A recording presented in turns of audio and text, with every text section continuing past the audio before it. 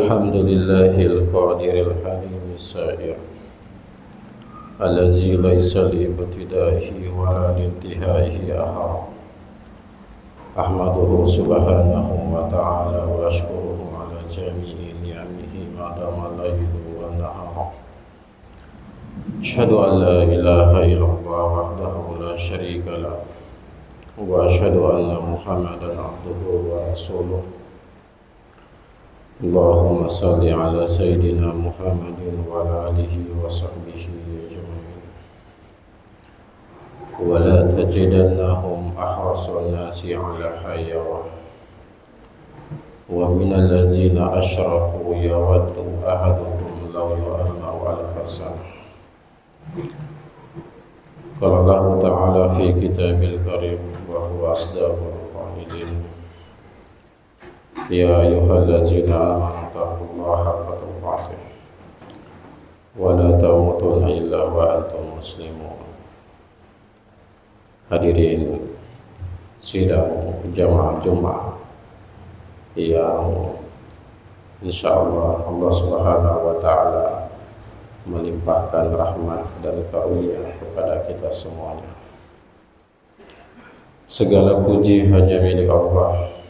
Salawat dan salam kita haturkan kepada kekasih Allah, yaitu Rasulullah sallallahu alaihi wasallam beserta keluarga dan para sahabat.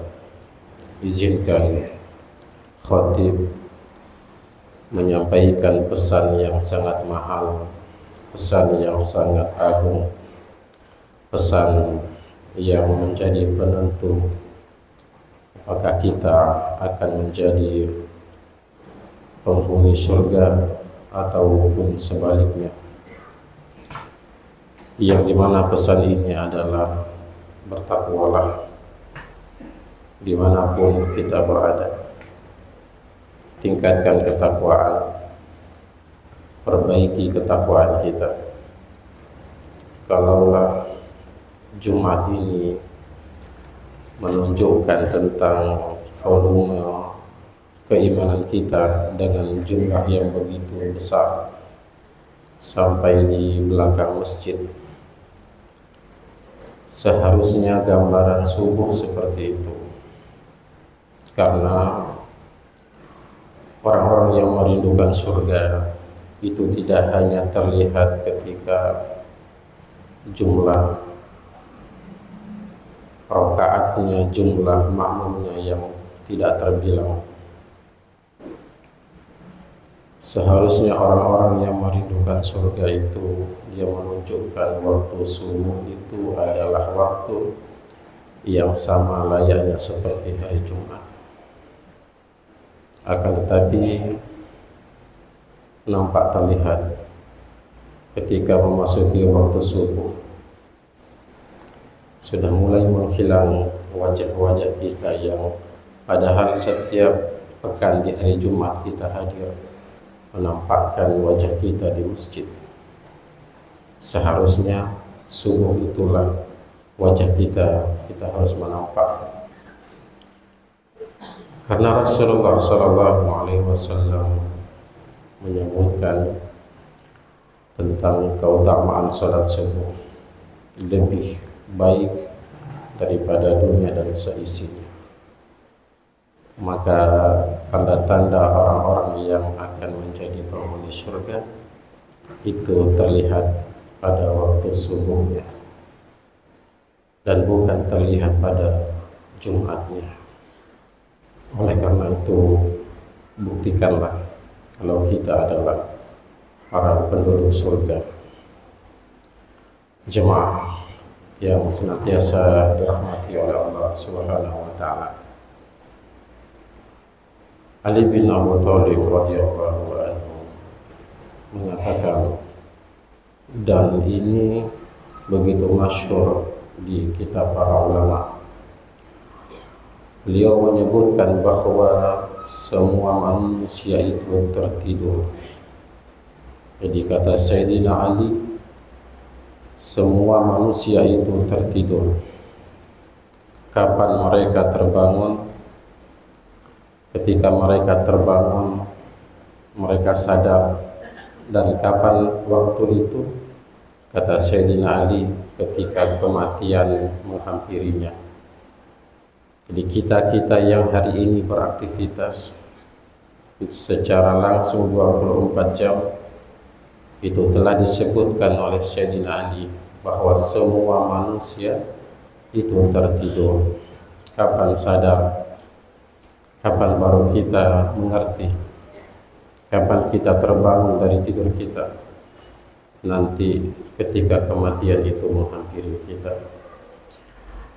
Makanya Al-Quran menyebutkan tentang bagaimana keinginan orang-orang yang telah terbangun dari kematian itu. Apa keinginannya? Fa'asaddaqa wa aku minas salihin. Mereka menginginkan untuk bersedekah, dan yang kedua, mereka menginginkan untuk beramal saleh. Jemaah, nasihat ini merupakan nasihat yang penting untuk kita. Ternyata hari ini Rasulullah SAW telah mengkhawatirkan kepada kita, mengkhawatirkan tentang kehidupan umat di akhir zaman yang tertidur dengan begitu nyenyak. Ketika diingatkan tentang kematian, mereka menghindari kematian itu. Padahal akhirat, kematian itu telah berada di hadapannya. Maka inilah yang dikhawatirkan. Angan-angan yang begitu besar, angan-angan yang begitu tinggi, yang membuat hari ini manusia melupakan akhirat. Angan-angan yang begitu besar yang membuat hari ini manusia takut untuk menghadapi kematian.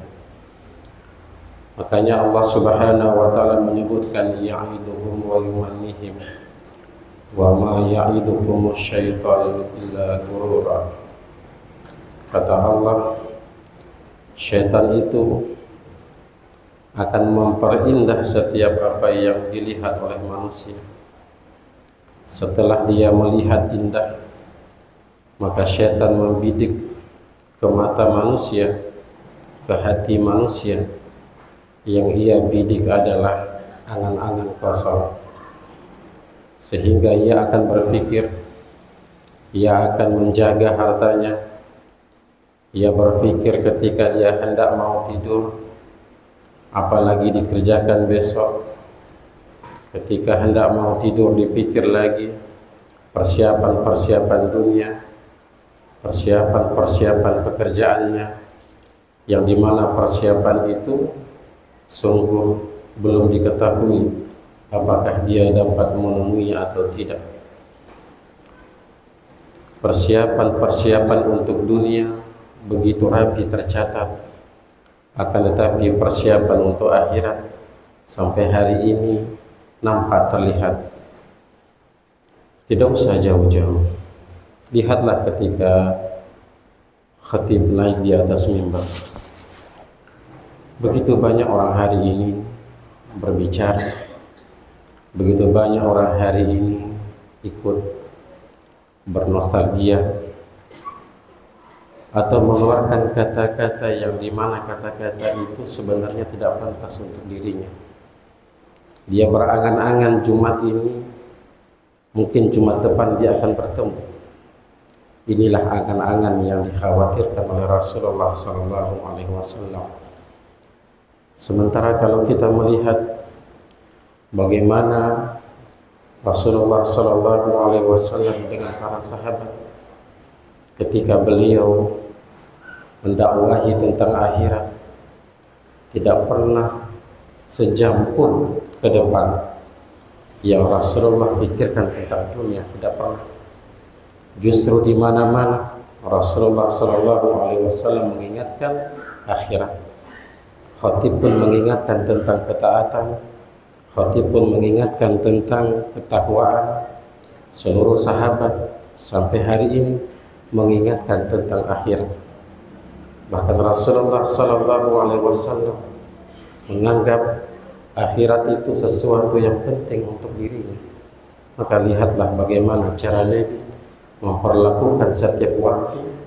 Tidak ada waktu yang terlewati dengan kesia-siaan. Semuanya diisi dengan ibadah. Ada yang menarik jamaah. Rasulullah SAW memberikan ilustrasi. Seandainya ku angkat kakiku, kata Nabi, aku tidak tahu apakah aku bisa melepaskan kakiku atau kematian terlebih dahulu menghampiri.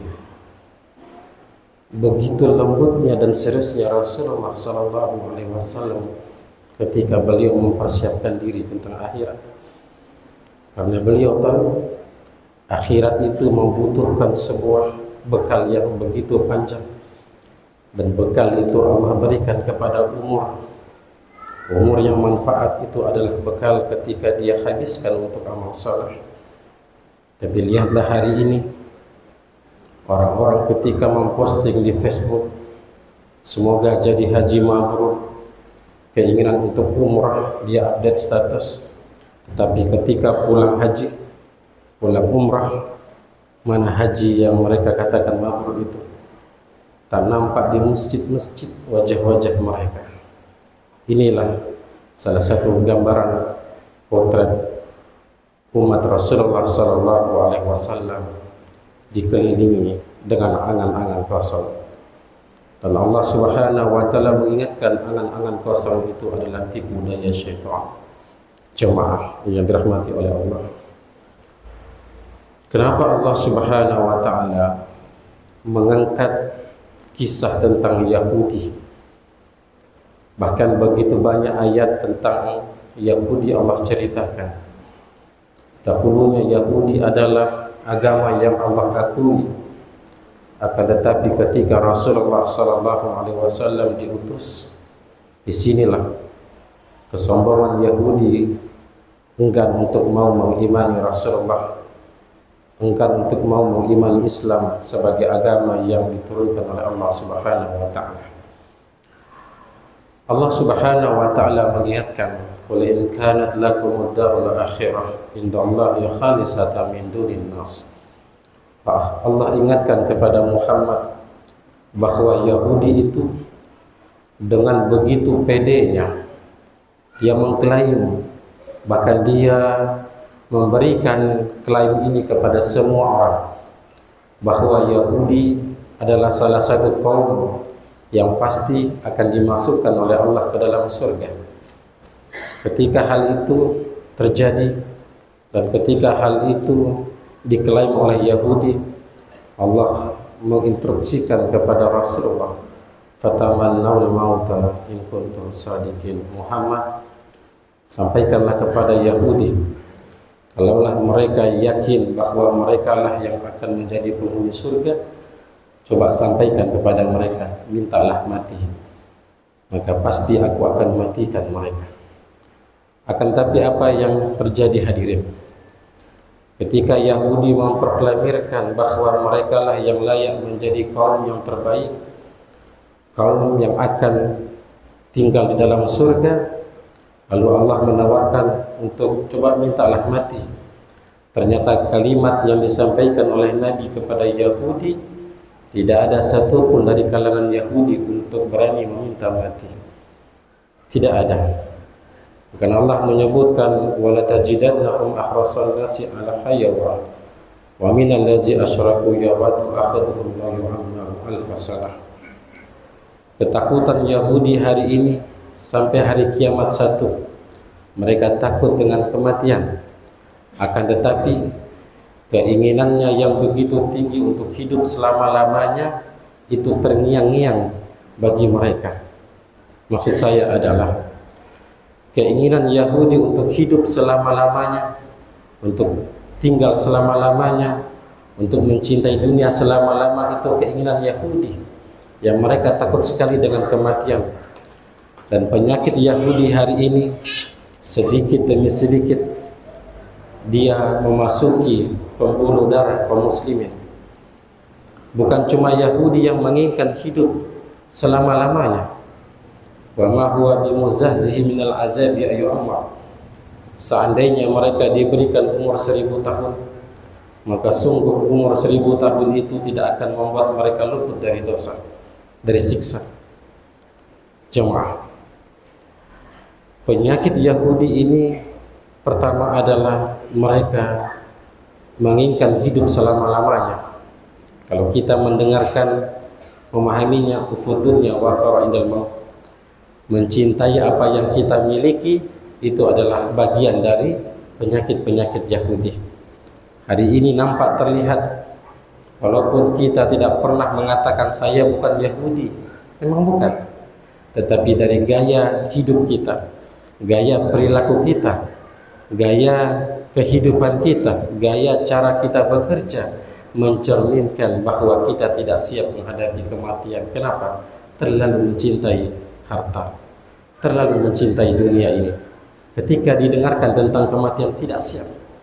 Bahkan ia menutup telinganya tentang kematian.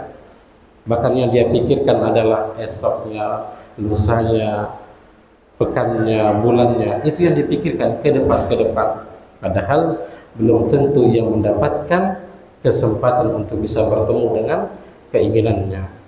Inilah Yahudi hadirin. Inilah penyakit Yahudi yang Allah Subhanahu wa taala hari ini wanti-wantikan. Jangan sampai penyakit Yahudi ini telah menggerogoti hati kaum muslimin, cinta dengan dunia, melupakan perintah Allah Subhanahu wa taala, dan hari ini terjadi di kebanyakan kaum muslimin. Ketika Allah memanggil, sengaja dia tidak mau memenuhi panggilan Allah, padahal dia tahu ini azab. Dia melupakan azab, lebih memperdulikan sesuatu yang menurut dia adalah ini merupakan kebaikan. Padahal ketika kembali kepada Allah jamaah, apa yang terjadi?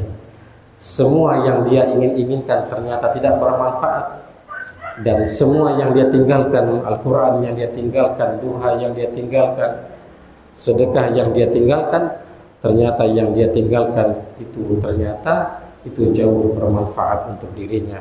Dan semoga kita tidak termasuk dari golongan orang-orang yang telah Allah laknat.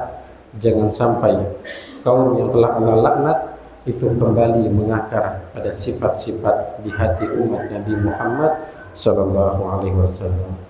Aku qouli hadza fastaghfiru innahu huwal ghafurur